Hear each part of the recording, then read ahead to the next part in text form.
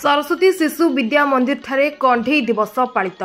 गजपति जिला पारलाखिमुंडी स्थित सरस्वती शिशु विद्या मंदिर ठारे आज 10टा बेले कंढेई दिवस पालित होइछि।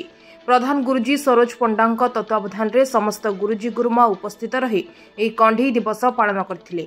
एही अवसर में शिशु बाटिका विभाग समस्त विद्यार्थी माने निज निज कंढेई आनी स्कूल परिसर में सजैथिले।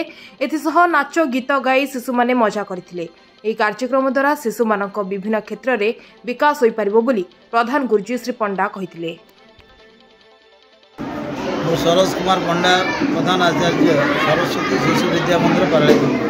सर आज जो कार्यक्रम कौन उद्देश्य रखा कौन मेसेज दिज्व समस्त आमर संस्था शिक्षा विकास समिति ओडिशा पक्षर जो सब शिशु मंदिर परिचालित होती शिशु मंदिर मानक प्रतिवर्ष मार्च मास 21 तारीख दिन कंढेई दिवस पालन हुए।